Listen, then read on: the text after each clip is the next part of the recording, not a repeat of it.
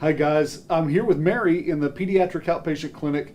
I'm a little proud of the Pediatric Outpatient Clinic because it was the Kixie Cares for Kids Radiothon that got the Pediatric Outpatient Clinic outfitted to begin with several years ago. It takes a lot of money to keep it going, and that's what we're going to talk to you about right now. First of all, I want to show you some of the really cool things about the Pediatric Outpatient Clinic. Mary, tell us a little bit about the art on the walls, because all of this stuff was really created for this specific space, wasn't it?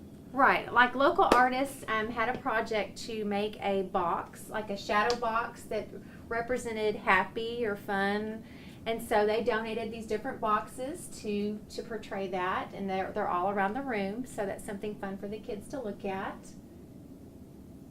And they've also got these great TVs they can sit down and watch. Well, I was about to say, when a kiddo comes into a chemo treatment or anything that they need in a pediatric outpatient clinic like this, they're already scared enough to be in the hospital. So when the kiddo comes in and sits down, you've got a great place for mom and dad to sit right beside them. They've got their own space, their own private television that they can watch while they're doing it. Let's pretend that I'm one of your kiddos.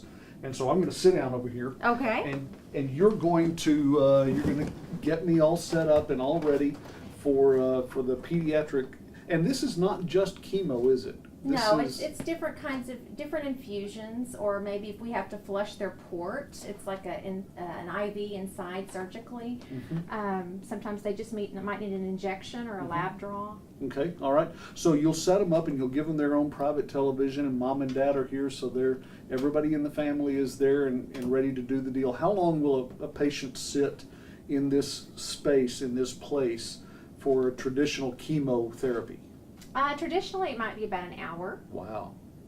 So not only nervous while they're in here, but now you've got them sitting here for an hour. Get any kid to sit for an hour, and you've really accomplished something, haven't you? Right. All right. So we've done the television, we've done the games or whatever they want to play while they're getting their chemo treatment. Mom and dad are still with them, and you have a little goodie for them after they're done with their chemotherapy as well. Let's talk about the Beads of Courage, because I think it's a really neat program. Well, the Beads of Courage is a program where they get a bead for every little thing that goes on, and they get to add it to their necklace.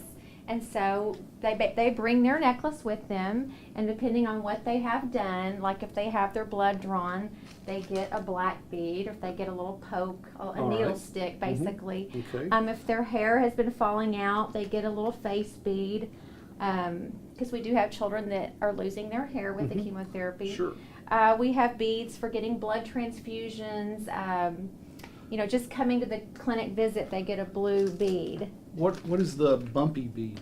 The bumpy bead means like if they've had kind of a rough visit, maybe we had a hard time accessing their port, or if they're just having a hard time emotionally that day, if it's been kind of a bumpy start or something, then perfect sense. They get to pick a little bumpy bead.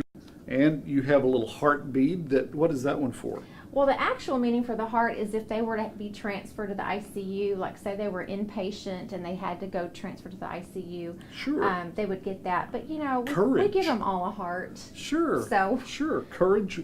Courage. Yes. What I think is really neat about this, if you don't mind, what I can imagine it does for a kiddo is that it gives them the opportunity to tell their story to others. That's right. They follow the beads around the necklace, and they said, "This is when I did this, and I did that, and then I went to ICU, and then I got my poke." And what a great way of giving a kiddo an ability to deal with their story. Yes. Mary, thank you for showing us around the POP clinic. Thank you, Jay. Pediatric Outpatient Clinic doesn't run all by itself. It needs you to be a part of it. And of course, now would be a great time for you to call in and donate to the Children's Miracle Network to keep the Pediatric Outpatient Clinic going.